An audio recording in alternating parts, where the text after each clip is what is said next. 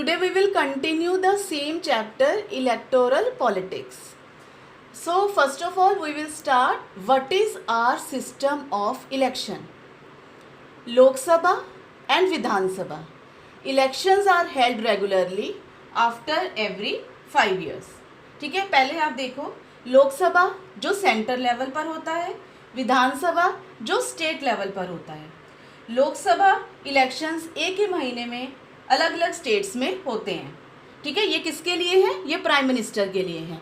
और विधानसभा इलेक्शन ये किसके लिए है? ये चीफ मिनिस्टर के लिए है, सीएम के लिए. Got it? First is general elections. Elections are held in all the constituency at the same time, either on the same day or within a few days. ठीक है, हम ये मान लो कि विद इन 1 मंथ. ठीक है, कभी कहीं हर स्टेट में इलेक्शंस होते हैं. बाय इलेक्शंस कब होते हैं? Election is held only for the constituency to fill the vacancy caused by death or resignation of a member. Got it? अगर मान लो किसी ने रिजाइन कर दिया या मान लो किसी की डेथ हो गई तो इन बिटवीन इलेक्शंस करवाने पड़ते हैं. ठीक है, the country. Next is electoral constituency. अब electoral constituency it is an area which is based system of representation. The country is divided into 543 constituency. For example, the country is divided into different areas for the purpose of election. This is known as electoral constituency. Got it? Each constituency is called a member of parliament or MP. ठीक है, everyone should have equal value and each state is divided into a number of assembly constituencies. So the elected representative is called member of legislative assembly, मतलब MLAs. So ये वहाँ पर हो गया. but the same principle this is followed in, और कहाँ पर होगा ये? पंचायत एंड म्यूनिसिपल कॉरपोरेशन, मतलब विलेजेस में भी ये सब होगा. So each village is divided into several wards that are like constituencies. Got it? Now the next is reserve constituency. Reserve constituency में क्या है? The constitution makers were worried that in an open electoral competition weaker sections may not stand a good chance to get elected to the Lok Sabha and the state legislative assembly. Some constituencies are reserved for people who belong to SC and ST. अब देखो इसमें weaker sections के पास हमें पता है resources नहीं है. ठीक है, रिसोर्सेज नहीं है प्लस उनको कहीं ना कहीं किसी भी तरीके से डोमिनेट किया जा सकता है. ना उनके पास रिसोर्सफुल रिसोर्सेज हैं, ना उनके पास एजुकेशन है और ना ही उनके कॉन्टैक्ट्स हैं. इसलिए क्या किया गया है, उनके लिए सीट्स जो है वो फिक्स कर दी गई हैं. ठीक है, एक स्पेसिफिक कैटेगरी के लिए. वो स्पेसिफिक कैटेगरी क्या है? Schedule caste and schedule tribes. तो उसके लिए लोकसभा में 84 सीट्स जो है वो किसके लिए रिजर्व की है? शेड्यूल कास्ट के लिए. और 47 सीट्स जो है वो किसके लिए रिजर्व की हैं? शेड्यूल ट्राइब्स के लिए. Got it? और उसी में 1/3 ऑफ द सीट्स ये किसके लिए रिजर्व है? These are reserved in the rural and the urban local bodies for women candidates.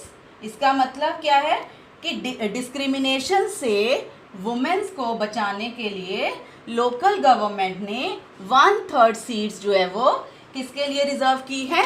Women's के लिए रिजर्व की है. Clear? Now the next is voters list. अब वोटर्स लिस्ट क्या है?